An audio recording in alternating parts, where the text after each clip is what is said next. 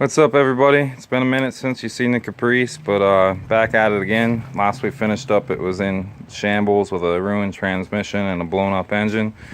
So I come up with another 5.3 long block, got it tore down, getting ready to put my heads and cam and stuff in it. So getting ready to go here, out here playing in the mud a couple days before Christmas.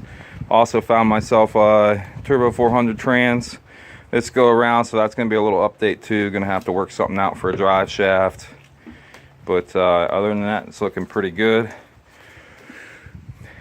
Let's see if I can get some, not too bright in there, but nice looking cylinder walls. I think this is like a 200,000 mile motor, so sounds like the rings are pretty gapped for me, but the cylinder walls look beautiful, so I'm happy with it. A little bit of dirt and sludge in this one. We'll get her a little cleaned up while we're swapping some parts. Those of you that know my build before, seen the oil pan from the truck pan that was on it before. These are about like 9.5 inches deep or so. So that was bottoming out. That was causing issues before. It was hanging way below the cross member, causing some bottom out. So I did go ahead and buy a swap pan this time around. Got the GM muscle car pan, ordered it off of Amazon, got it in 2 days with Prime for 200 bucks. So that was a good deal. Won't be bottoming out anymore. I come up with a flywheel flex plate and spacer off of a 6.0 from the wrecking yard for 35 bucks. So that's going to be a direct bolt up to the Turbo 400 and to the back of the 5.3. No messing with drilling holes in the flywheel and shit. So that'll be a nice change of events. Oh, one more thing I figured I'd show you guys while I was here. The old cam is a 228, 230 on the duration, and I believe like a 585 lift. But she didn't do so good. She lost a couple lobes right here. You can see I pretty much smashed the top of that one down flat, and that one's pretty nicked up too. Alright, so these are the same 317 heads that I was using before. When I broke those rods, I had some piston to valve action.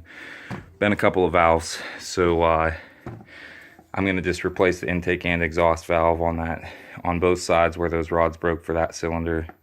Make sure everything's okay in there. I went ahead and I got the intakes in already, so I already lapped them in. Still waiting on the exhaust to come in the mail. They should be here within a day or so, but they were pretty affordable. They were like $4 or $5 a valve for replacement, and then of course I had to buy lapping compound and a tool to do that. But I'll show you this little tool I made over here. I didn't have a valve spring compressor tool, trying to keep things cheap, so had this old piece of bed rail over here. See if you can see this thing. I just did a little bit of welding there. So then you just line this up like this, drop one of your bolts down through the hole in the back, run your bolt in, and then you just pull on this lever and it compresses your spring so you can take out the retainers or put them back in. So show you don't have to have great big fancy tools or anything. Some of the stuff you can whip up in the shop. Alright, so here's a new cam card for a new cam. It's a 595 lift, 238, 242 duration. So I got a little bit more cam there. I picked this up from Elgin, I believe off of Amazon as well, but they have them on eBay too. They're about the same price either way. This was a $260 camshaft, so pretty budget, pretty affordable for what you get.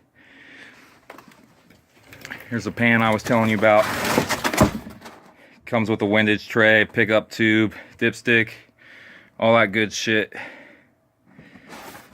And then I went ahead and got this converter. I run out to Summit yesterday with the intent of just picking up some hardware to mount that 6.0 flex plate with the longer bolts and getting some torque converter bolts.